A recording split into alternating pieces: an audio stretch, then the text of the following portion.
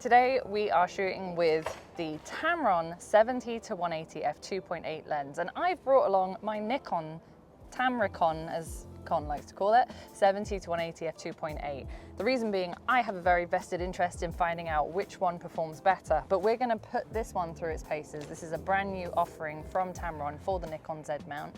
I'm going to give it a go. Exactly. I want to say a lot of things, but they're not suitable for this video because those two lenses exist, and the question is why both of them have place in the Nikon lineup. So this is my personal question. Okay, Yes. We're going to try and answer it. Exactly. Go on this journey with me. Let's go. Everybody knows I have a slight obsession with close-up photography and macro in general. I think we've all established that over the years of this channel. And what I've got here right now is some very tiny fungi. Unfortunately, I've put this camera on AFC, so I'm just slightly challenging myself. Yeah, I think your obsession with macro photography is not just that, it's using non-macro lenses for macro photography. That's your obsession. Any lens is a macro lens, Kon, that's the thing. We're going to talk about specifications, but we're going to do both at the same time. Kon's going to tell you all about the Tamron lens, and I'm going to tell you about the Nikon, but we are going to read it because honestly, we can't remember. All right, let's start with focal distance. It's 70 to 180. This is 70 to 180. All right, aperture is 2.8. The aperture is a constant 2.8. So far, so good. Okay, let's talk about minimum focal distance now. So it's 30 centimeters on Tamron lens. And it's 27. And that's at 17 meters focal distance. Now at 180, a Tamron lens goes to 85 centimeters. And so does the Nikon. Both lenses have 67 millimeter filter diameter, which is more or less the same. That's right. And weight-wise, it's 865 grams for Tamron lens. And this is 795. All right, so that's quite a difference actually. So Tamron lens is a bit heavier. It is a little bit. Now, in terms of the elements in groups, the Nikon has 19 elements in 14 groups. All right, so the Tamron lens has 20 elements in 15 groups. So very different design, but if you look at actually a Sony version of this lens, it's based on the version 2. While the Nikon, aka Tamron lens, is actually based on version 1. That's why in a Tamron lens, they put G2 in description. There you go. So different optical design, so the technically optical performance should be slightly different. One of the tests that we would like to do on our channel is called tree bark test, where we check the sharpness of the lens as also texture of the bark really. So it's very important, obviously. So I'm going to do one now. I'm going to do it at 2.8, and then we can check the sharpness this way and also check the vignetting.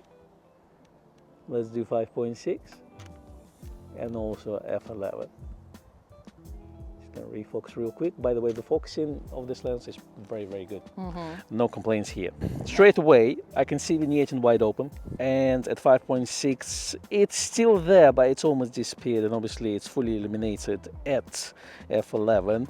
Sharpness is good wide open, I like it. It definitely improves at 5.6, no issues there.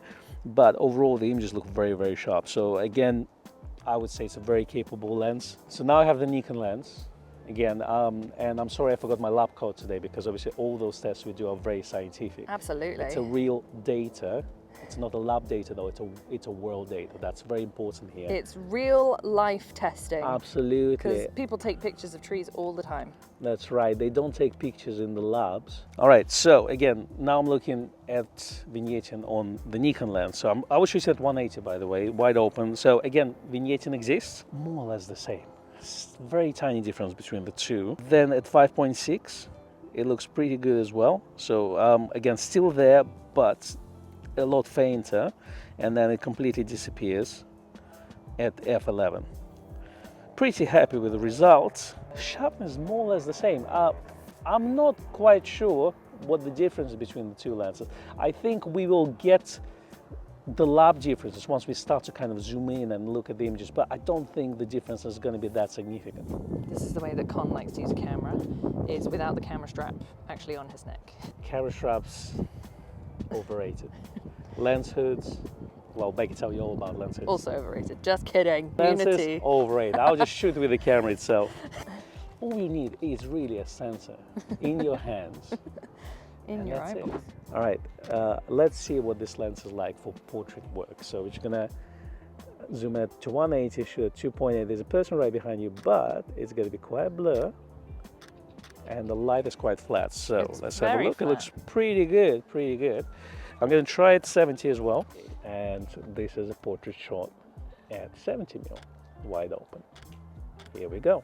Okay, so we've now shot portraits with both the Tamron and the Nikon. Yeah, so while I'm trying to figure out how to use Becky's camera, I'm also zooming into 100% and checking the sharpness of the lens. And you know what? We've taken shots actually with Nikon lens as well for comparison. And overall, it's very hard to see the difference between the two. Tamron 1 is tiny bit sharper, in my opinion. The bokeh rendering is more or less the same, but overall, in my opinion, if you got the 70 to 180 Nikon one already, you don't really need to upgrade because you're not getting much by spending more. Okay, let's talk about build quality. It feels like a standard Tamron build quality, professional build quality, so not the consumer type, let's say 2-300, but more like 28, 75, 35 to 150. Feels more or less the same. So you've got really kind of wide zoom ring here, then you've got focus ring here, you've got a lock button to lock basically the zoom when you're transporting it, and you've got USB slot here, function button, and also custom buttons here. The custom buttons you can assign via software that you can download from Tamron website. It's got metal mount, of course, it's got weather sealants, all good. Now, compare it to Nikon lens, 70 to 180 Nikon lens feels better built.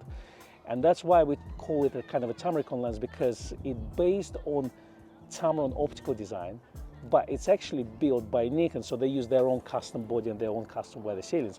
What I also noticed is because maybe Nikon lens is lighter, it doesn't really do this. So it doesn't have that zoom creep compared to Tamron lens. And this is something that you may want to think about if you're planning to use this lens quite often. For general use, I don't think it is an issue.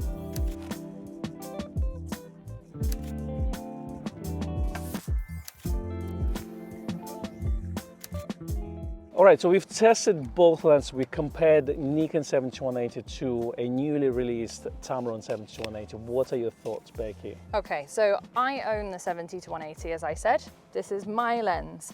One thing that I love about it is the fact that you can put on Nikon teleconverters and it will increase your focal length, but it also increases the magnification of the lens, which for a macro shooter like myself is super useful. Yes, I mean, having ability to put teleconverter on a lens, it's massive advantage actually if you think about it, because they price more or less the same. Current price with no offers is £999 for both lenses, I think. Well, the Nikon one at release was about £1,300. It's now evened out to about £999 when you have a special offer, but it is still £200 more expensive if you take all special offers off the table. I don't know what the equivalent is in the US, but I would imagine it's kind of the same. So you're going to spend £200 to get this lens, and you're going to spend another £400 to add teleconverter. But then you can magnify it by 2 times effectively. So your 180 will become 360. You have this ability with Nikon lens, you don't have this ability with Tamron. That's right. Now, the Tamron lens, as Kon mentioned earlier, build quality-wise isn't as good as the Nikon, but it does have a few nice advantages. It has a custom button, so you can set some custom functions in there. You've got your firmware update through the USB port. Fine, you can update firmware on a Nikon lens through the mount. There's no problem with that. Both have the lock on them, but this one creeps a lot more. The Tamron does have that kind of zoom creep, whereas the Nikon one doesn't seem to have that issue. I suppose over time, when it's well worn, it might creep out a little bit more. But overall, if you've not got a 70 to 180 yet, and you haven't bought a 70 to 200, and you're not really sure which one to go for, the 70 to 180 Tamron is a really good buy.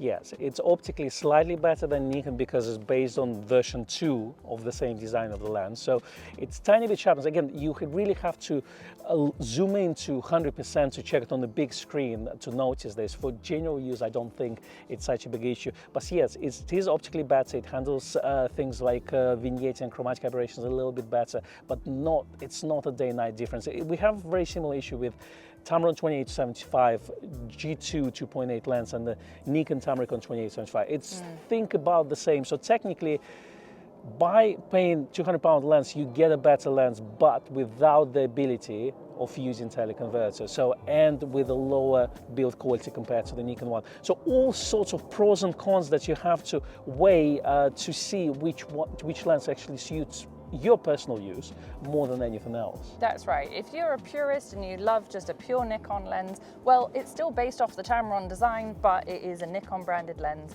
and it comes with all of the Nikon autofocus features, everything like that built in. Exactly, and obviously build quality, it's a Nikon body build and weather sealing, so it's going to feel a little bit more premium compared to Tamron. But as we say, if you are just going for pure image quality, this is the answer. It's actually a little bit cheaper as well. It's very good. One last point I would say is autofocus speed, because people always ask, is one faster than the other? They're both very, very similar. In fact, I was hard pushed to see a difference in the focusing speed between the two. That might be because we weren't shooting fast moving birds or anything like that. We were shooting sort of fairly static subjects.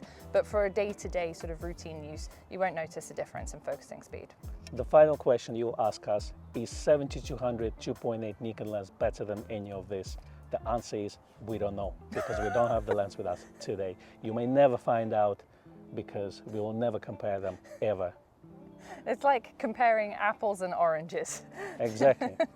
So we won't do that.